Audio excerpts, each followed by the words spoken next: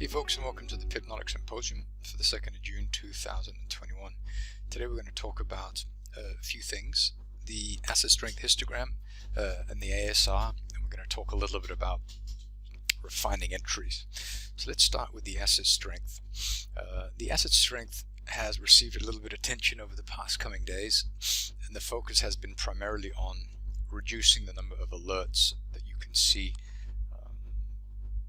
visible as dots, so these red dots and the green dots below. And what I've done now is that now I'm not showing them unless they are above this dotted this dotted white line, which is the beginning of the sell zone, and for the one below the zero line, this is the beginning of the buy zone. So when the histogram moves beyond this line, so around here, then we are being alerted that we should start to look to buy. When it moves above, which it happened just around here, well, then we are being told that we should start to look to sell. Okay, and the cool thing about that is we're only being shown divergence, positive and negative, when we are actually at an area where we should be looking to buy or sell. So this is just a really nice way to help filter out the signals that we don't really need to pay attention to. And I've also built in hidden divergence as well, so we're now seeing hidden and traditional divergence in the form of these dots. Okay, so the alerts will be fewer, but the quality of the alerts will be higher. Okay, so this is the new update that will be released relatively soon, and the confirmation will also be put into the asset strength reversion algo as well, because it's gonna look something like this, and we're going to be looking for these dots, among other things, as confirmation to sell or to buy. And I think that should help reduce the number of trades and also increase the quality of the trades that the algo is taking. Okay, so now let's talk a little bit about refining entries. This is a discussion that comes up quite a lot. Let's have a look at this trade that the buy and sell zone robot got us into a little while ago yesterday. So this is a 4-hour trade. First of all, look on this chart where we have the supply and demand software. Price rallied up, we poked into this nice area of supply, we left, we distributed, and we left, and now price came back. So we expect price to move away, which it's done quite nicely. But notice on this one here, it's going to go like that. The price went pretty deep into the zone. So you can ask yourself the question, well, why did that happen? Well, looking at this just here, you can actually see why this happened. And so what we need to do is we need to look for the candle that left the area of, in this case, distribution, and you want to find the highest pullback of that, because that is telling us where the slingshot is. So we have price moving sideways, the slingshot is pulled back, and then it leaves. And so the slingshot is here. So this is the price that we want to start to sell at. Okay. And this is something I'm working on building on the buy and the sell zone algo trader. And you can see this sometimes as something like this, where price moves sideways like this, it leaves, it pulls back, and then it leaves, then the slingshot is here. But if you have something like this, where the wick is very clearly pulling back into an area, then it becomes this. Okay, so it's pretty simple. I wouldn't overcomplicate it. If you see something like this, then instead of putting your entry here, like the robot did, put your entry higher. Okay. Okay, so let's have a close look at some of the other trades that were taken by the algo. Let's have a look at this one. This is the pound Australian dollar. This is also buy and sell zone robot trade. So we bought just here. So let's let that load. Good, then we'll go here. Okay, so here you can see the same kind of thing going on, where we had 1, 2, 3, 4, 5 periods of accumulation, and price pulled back, we went into it, and then we left. But notice this is a candle that left. The low of the candle is not here where the entry was. The low of the candle was actually here. So this is where we want to buy, not here. Okay, so it's a pretty interesting notion, and essentially what you're seeing here by this pullback is that you're seeing these micro areas of demand. And if we have a little dig in there, I'm just going to mark off the level like so, because it looks like that. Okay, so let's go down to the half an hour chart and see what that looks like. We're actually going to see like the slingshot on the smaller time frame inside there. Yes, and you can see it right there. See, price goes up, slingshots pull back, and then we leave. So the entry goes here, and this is the area right there. Okay, so this is where you want to buy, just here. Okay, so this becomes a child. Why? Because this is a reaction to this. This is not even a nice area. Price could have easily moved back down into here, because we do have tests back down into this area. First test for the buy zone is here. Price went a little bit deeper, and then price went up and it left. But the reason we trade this one is because when price came down to this area here, it left. So we have a hint that price is likely going to test this area here before moving higher. See, and price came to it and then we left. So a beautiful entry. So we could have saved quite a few pips there. Okay, not so bad. About 13.5 pips on that trade there. But a really good example. Let's have a look at another one.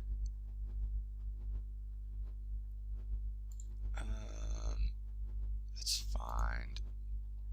Actually, here we had a loser. Let's have a look at that one and see what happened there. That was a 4-hour area. This could be something.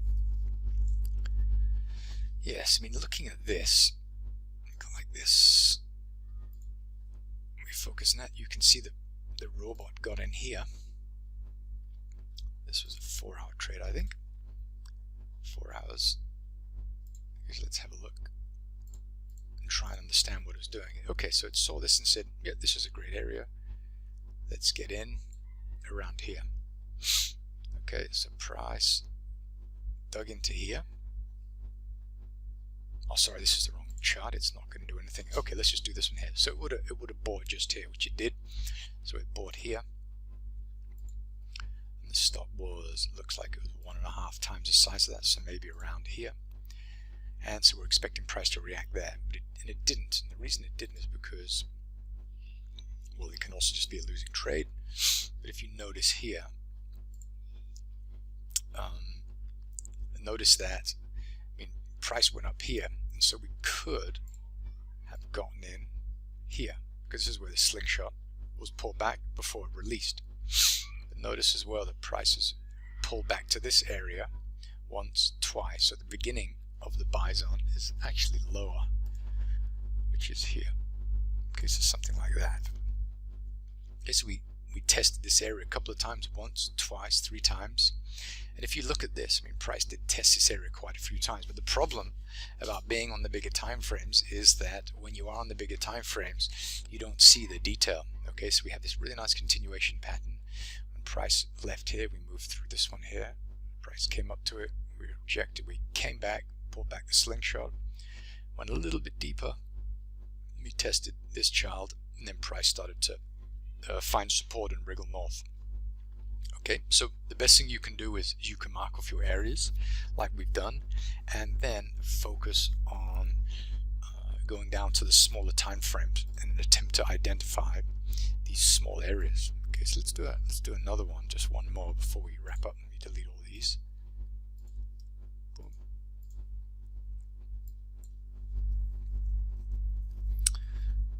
Oops, you're gonna have to do it on this one, otherwise nothing will happen. Okay. Wow, look at that. That really went north, didn't it? So this is a 1 hour. A 1 hour area. So let's go to the 1 hour on this chart. Okay. So this is where we got in. And we got in just here. Wasn't that a beautiful trade? Okay, there it is. It's right there. So this is the area the robot bought. I got a little bit a better price, so it must have been a micro area. I'm not sure, maybe I moved it manually. But here you can see that this candle here, the body, this is in the range of this one, the body, this is in the range of the previous. So the area here is actually, as the software is showing us, from the low to the high, like so. And the buy zone is actually right there, which is the low of this candle here. So this is where we'd expect to buy. The robot got in at that price roughly. I'm not sure why it didn't precisely. Maybe there was I don't know, can't explain, but price got in here, the stop was down here, so about 2 times the size of the area, and then price left. Okay, that was a beautiful trade, so that would have been a marvelous one. But this is just like a small live testing account, and so I do everything on one-to-one just to assess the quality of the signals. But this is a nice one, and if we look at this in here, maybe going to the small time frames, we can find out why it went a little bit deeper. So we're going to mark off the low. We're going to scroll left. Yeah, I mean, look. Where's the price movement on the left? Where's the low of it? It's right here. Right there. So, it looks like that. See, this is the slingshot. And this is exactly where price went to, isn't it? Looks like magic, but it's not. All you have to do is, you have to look for where prices pull back, and then you leave when it leaves. So this is a slingshot, this is the beginning of the buy zone. And the reason you do that is because, I mean, price managed to move higher, moving this area of supply which was tested, now consumed by this, and the origin of the move is the lowest price. Price had to pull back to before it snapped higher. Okay, buy zone, entry, perfect entry. That was remarkable. But I have to build this logic into the buy and sell zone robot, which I'm currently working on. But it was a really interesting, beautiful entry, as you can see. I mean, we did get in at a slightly worse price. We got in at this one here, and this is because it was the 1 hour area. Oops. Remove that. Put up here, so it got in here.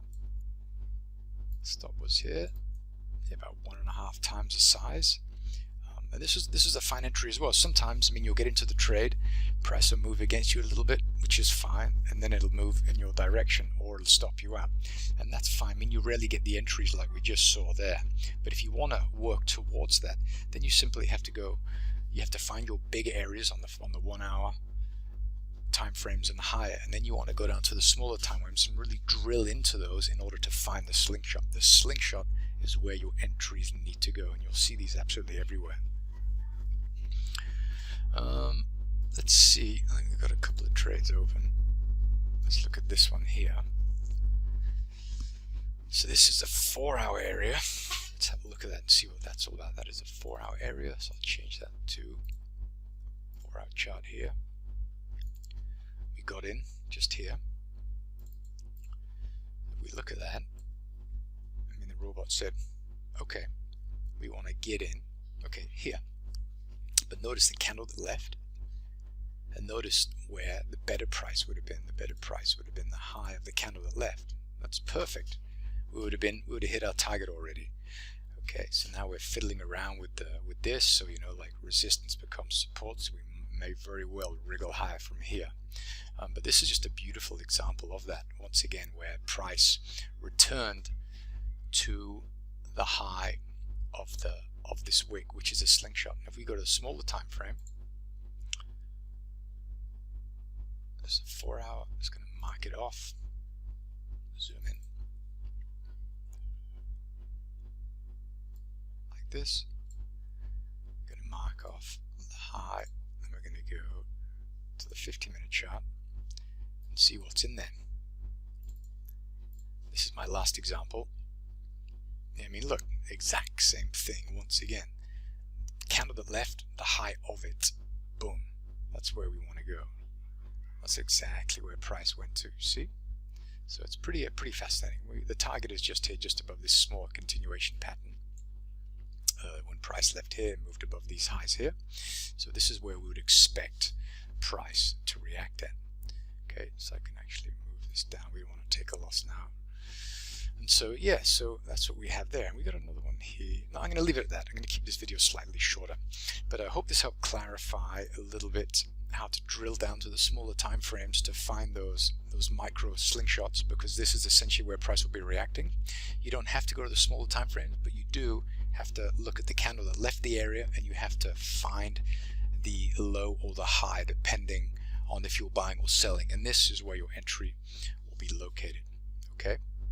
And relating to the asset strength histogram and the asset strength reversion algo, I've made some changes. The changes are that we are now seeing hidden divergence and standard divergence, and we are only showing these signals when price has entered the buy or the sell zone, because this is the only place where we need to begin to buy and sell. Okay, good. Well, I'm going to leave it at that.